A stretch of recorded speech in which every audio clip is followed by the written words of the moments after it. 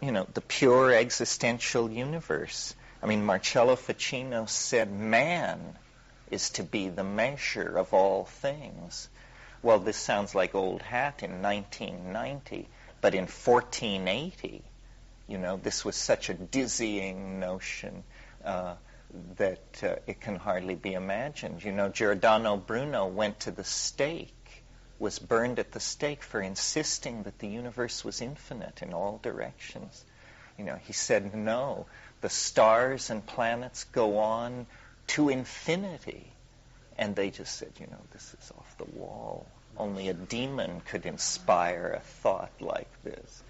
But the transition that we're asked to make, that was a transition, you see, from the certitude of dogma to secular existentialism.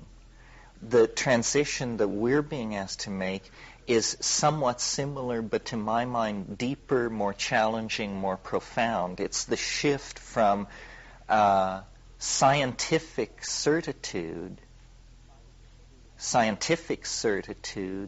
to a complete embracing of non-closure, to actually begin. It's a kind of maturity.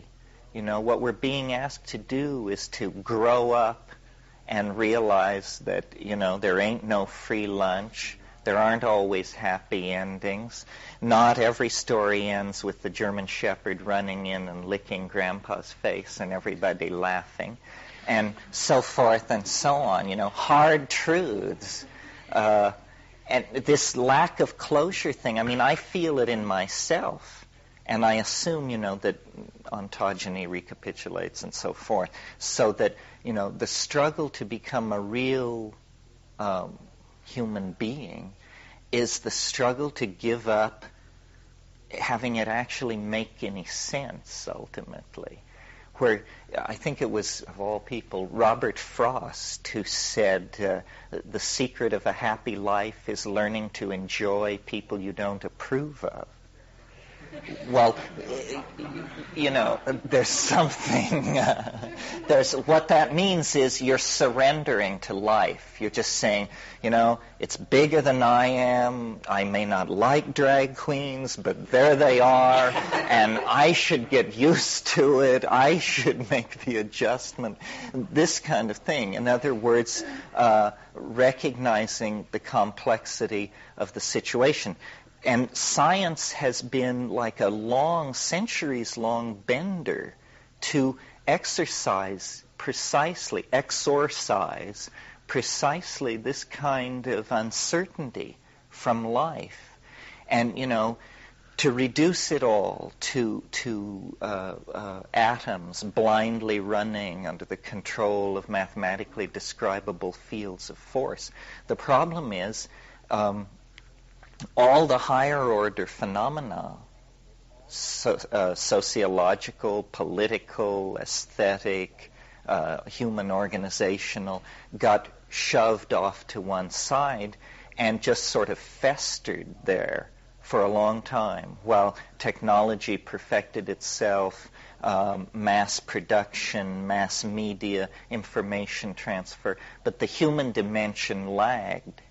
And now there is this tremendous imbalance between the technological descriptive power of the culture and its moral and ethical power to direct itself toward any kind of rational goal.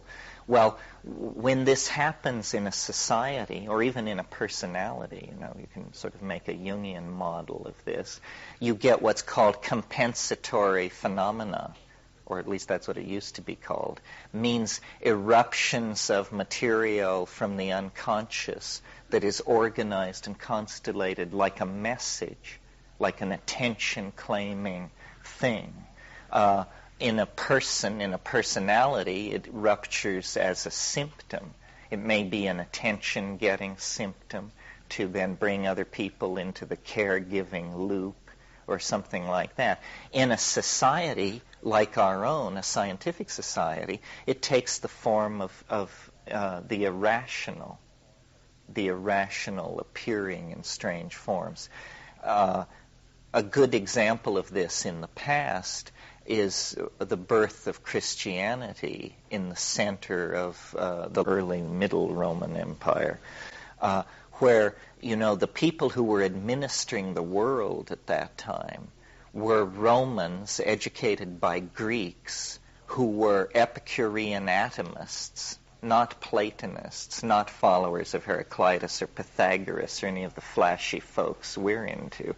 They were Democritean atomists, rationalists, materialists, would have been very comfortable in a modern chemical engineering company.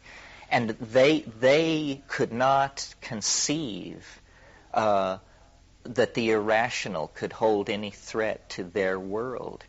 Meanwhile, they had dark-skinned servants in the kitchens and in the gardens, Jews, Greeks, Phoenicians, people brought from the eastern Mediterranean.